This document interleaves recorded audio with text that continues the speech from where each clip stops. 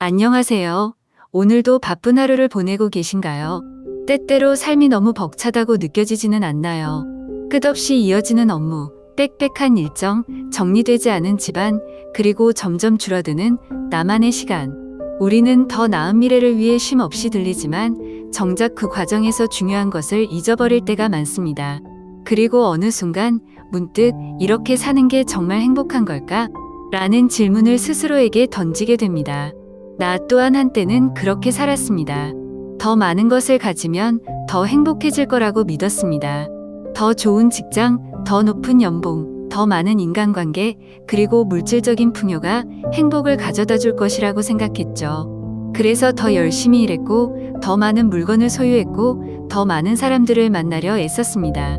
하지만 시간이 흐를수록 나는 점점 지쳐갔습니다.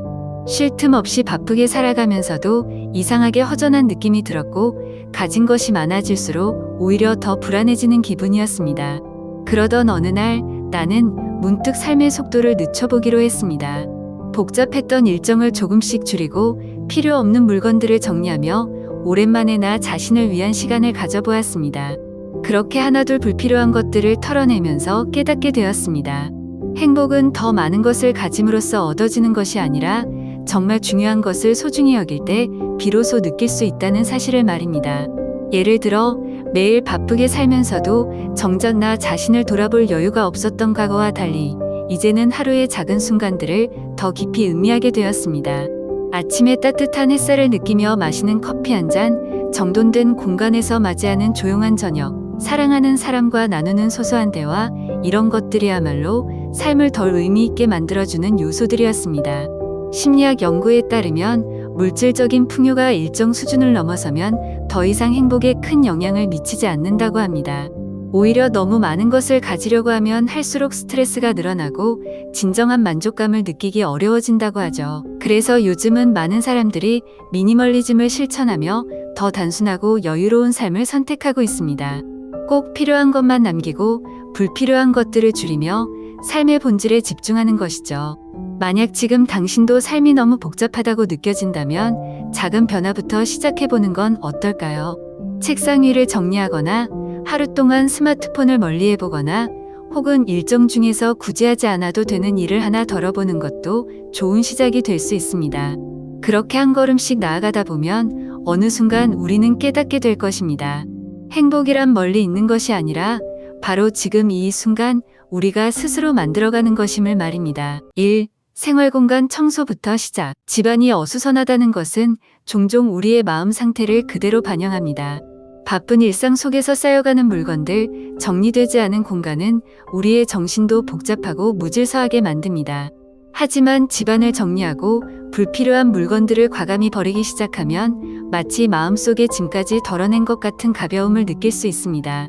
정리의 중요성을 강조하는 일본의 유명한 정리 컨설턴트 곤도마리에는 설레지 않는 물건은 과감히 버려야 한다라고 말했습니다. 실제로 우리가 집안을 둘러보면 오랫동안 사용하지 않은 물건들이 곳곳에 쌓여 있음을 발견할 수 있습니다. 예를 들어 몇 년째 입지 않은 옷, 한 번도 사용하지 않은 주방용품, 혹은 언젠가 필요할 것 같아 모아둔 잡동사니들이 공간을 차지하고 있을 수 있습니다. 하지만 이 물건들이 진정 우리에게 필요한 것인지 고민해보면 사실상 없어도 전혀 불편하지 않다는 것을 깨닫게 됩니다. 공간이 깔끔해지면 우리의 마음도 달라집니다. 연구에 따르면 정리된 환경에서 생활하는 사람들은 그렇지 않은 사람들보다 스트레스가 낮고 집중력이 높다고 합니다. 예를 들어 책상이 지저분할 때는 일에 집중하기 어렵지만 정리된 책상에서는 자연스럽게 일의 효율이 올라갑니다. 같은 원리로 깔끔하게 정돈된 거실이나 침실은 편안한 분위기를 조성해 휴식을 취하기 좋은 환경을 만듭니다. 또한 물건을 줄이는 과정에서 우리는 무엇이 정말 중요한지 고민하게 됩니다. 단순히 공간을 깨끗이 하는 것이 아니라 불필요한 소비 습관을 되돌아보고 더 가치 있는 것에 집중할 수 있는 기회를 얻게 되는 것입니다. 예를 들어 충동적으로 구매한 물건들이 결국 방 한구석에 쌓여 있는 모습을 보면 앞으로는 정말 필요한 것만 구입해야겠다는 다짐을 하게 됩니다. 마지막으로 정리된 공간은 우리에게 심리적인 안정감을 제공합니다. 하루의 피로를 풀고 싶을 때 어수선한 공간보다 정돈된 공간에서 더 큰 안정감을 느낄 수 있습니다.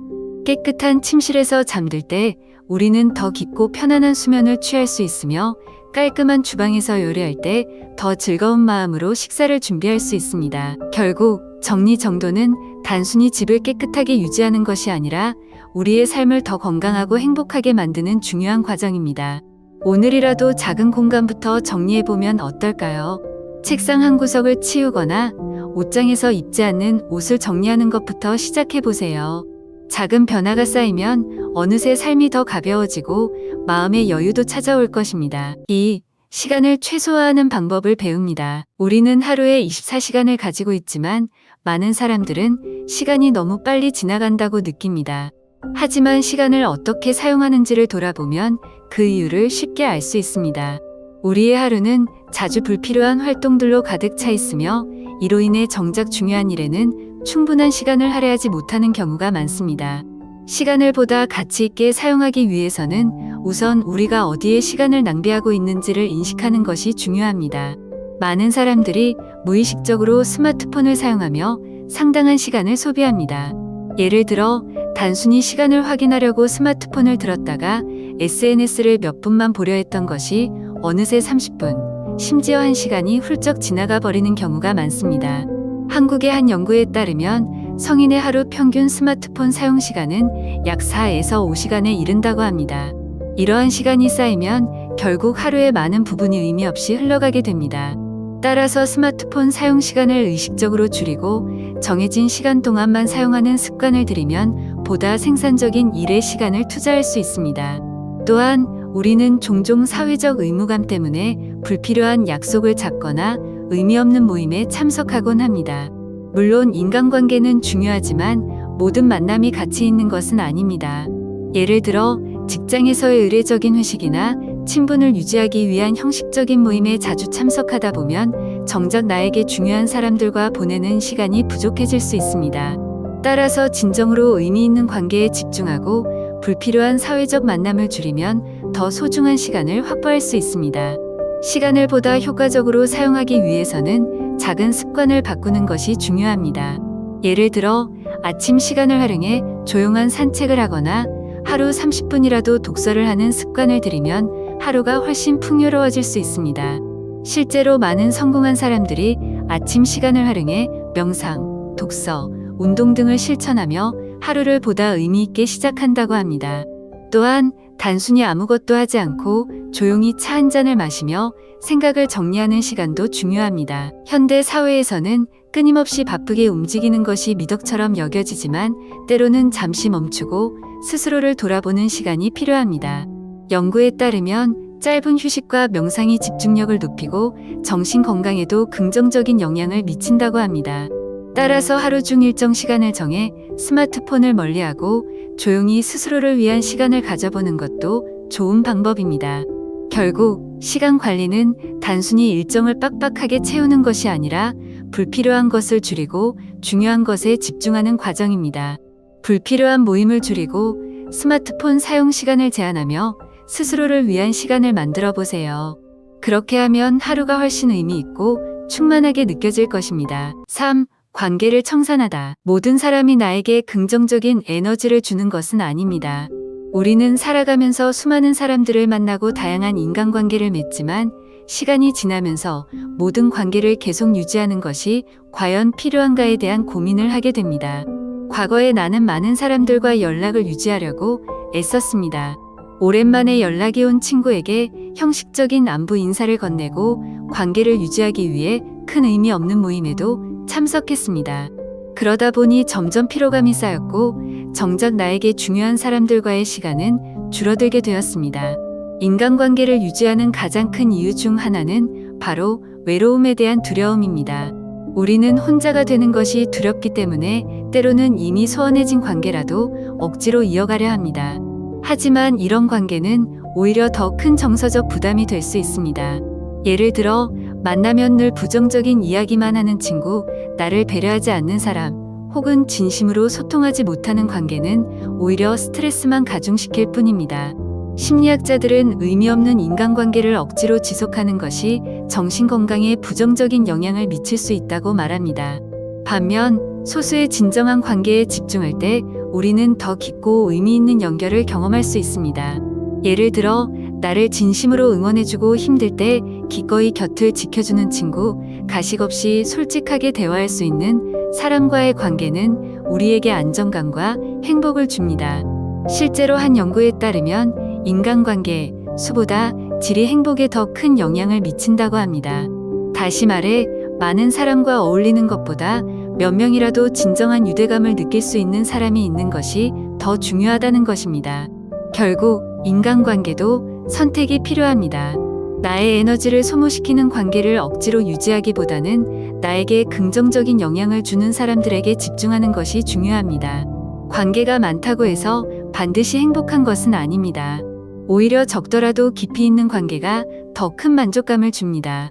지금 당신이 주변 사람들과의 관계에서 피로감을 느끼고 있다면 한 번쯤 어떤 관계가 정말 소중한지 돌아보는 시간을 가져보는 것도 좋겠습니다. 4. 외로움을 잘 받아들이고 현재를 즐기는 법 배우기. 예전에는 나도 혼자 있는 것이 두려웠습니다. 사람들과 어울리지 않으면 마치 세상에서 소외되는 것만 같았고 혼자 밥을 먹거나 카페에 가는 것이 어색하게 느껴졌습니다. 그래서 의미 없는 약속을 계속 잡고 바쁘게 사람들을 만나며 외로움을 채우려 했습니다. 하지만 시간이 지나면서 나는 깨닫게 되었습니다. 혼자 있는 시간이 단순히 외로운 것이 아니라 오히려 나 자신과 더 깊이 소통할 수 있는 소중한 시간이라는 것을 말입니다. 고요한 아침, 창밖으로 부드러운 햇살이 들어올 때, 혹은 비 오는 날 창가에 앉아 빗소리를 들을 때, 그런 순간들은 우리가 평소에 쉽게 지나쳐버리지만 사실은 가장 온전하게 나 자신을 마주할 수 있는 시간입니다. 바쁘게 살아가다 보면 이런 소소한 순간들이 별 의미 없어 보일 수도 있습니다. 하지만 우리가 조금만 속도를 늦추고 주변을 돌아보면 혼자 있는 시간이야말로 진정한 평온을 선물해준다는 것을 알 수 있습니다. 실제로 많은 철학자와 예술가들은 혼자 있는 시간 속에서 깊은 깨달음을 얻었다고 합니다. 예를 들어 독일의 철학자 니체는 고독을 두려워하지 말라, 위대한 것은 모두 고독 속에서 만들어진다고 말했습니다. 그만큼 혼자 있는 시간은 나를 성장시키고 더 깊은 생각을 할 수 있는 기회를 줍니다. 현대 사회에서는 늘 다른 사람들과 연결되어 있어야 한다는 압박감이 있지만 때로는 모든 소음을 차단하고 나 자신과 마주하는 것이 더 중요할 수도 있습니다. 또한 혼자 있는 시간을 긍정적으로 받아들이면 삶의 작은 순간들이 더욱 의미 있게 다가옵니다. 예를 들어 카페에서 혼자 조용히 커피 한 잔을 마시는 순간, 공원에서 산책하며 바람을 느끼는 순간, 혹은 아무것도 하지 않고 창밖을 바라보는 순간들 속에서 우리는 깊은 안정감과 만족을 경험할 수 있습니다. 한 연구에 따르면 혼자 있는 시간을 즐길 줄 아는 사람들은 그렇지 않은 사람들보다 스트레스가 낮고 감정 조절 능력도 뛰어나다고 합니다. 결국 행복은 거창한 목표나 외적인 성취에서만 오는 것이 아닙니다. 오히려 우리가 얼마나 현재를 온전히 누릴 수 있는지에 달려 있습니다. 살아가는 속도를 조금 늦추고 혼자 있는 순간을 부정적으로 보지 않고 소중히 여길 때 우리는 비로소 진정한 평온과 만족을 찾을 수 있습니다. 오늘 하루 잠시 휴대폰을 내려놓고 조용히 차 한 잔을 마시며 나 자신과 대화를 나눠보는 것은 어떨까요? 그렇게 한 걸음씩 나아가다 보면 우리는 혼자 있는 시간을 두려워하는 것이 아니라 오히려 기다리게 될지도 모릅니다. 미니멀리즘은 모든 것을 포기하는 것이 아니라 진정으로 소중한 것만 남기는 것입니다. 현대 사회에서는 많은 사람들이 더 많은 것을 가지려고 노력합니다. 더 큰 집, 더 많은 돈, 더 화려한 옷과 물건들. 하지만 그렇게 많은 것을 소유할수록 우리는 오히려 더 큰 피로감을 느끼게 됩니다. 물건이 많아질수록 정리해야 할 것도 많아지고 유지하는 데 드는 시간과 에너지도 커집니다. 결국 우리는 가진 것이 많아질수록 자유로워지는 것이 아니라 오히려 그것들에 묶이게 되는 경우가 많습니다. 일본의 미니멀리스트 사사키 후미오는 물건을 줄이면 삶의 본질이 보인다라고 말했습니다. 그가 미니멀리즘을 실천하면서 깨달은 것은 꼭 필요한 것만 남겼을 때 오히려 더 큰 만족과 행복을 느낄 수 있다는 점이었습니다. 불필요한 물건뿐만 아니라 과도한 약속, 끊임없는 스마트폰 알림, 불필요한 인간관계까지 줄여나가면 우리의 삶은 훨씬 더 단순하고 여유로워질 수 있습니다. 그렇다면 미니멀리즘을 실천하는 첫걸음은 무엇일까요? 그것은 바로 작은 행동부터 시작하는 것입니다. 예를 들어 방 안을 둘러보고 필요 없는 물건을 하나씩 정리해보는 것입니다. 몇 년 동안 입지 않은 옷, 한 번도 사용하지 않은 주방용품, 읽지 않는 책들을 과감히 정리해보세요. 공간이 깔끔해지면 마음도 한결 가벼워지는 것을 느낄 수 있습니다.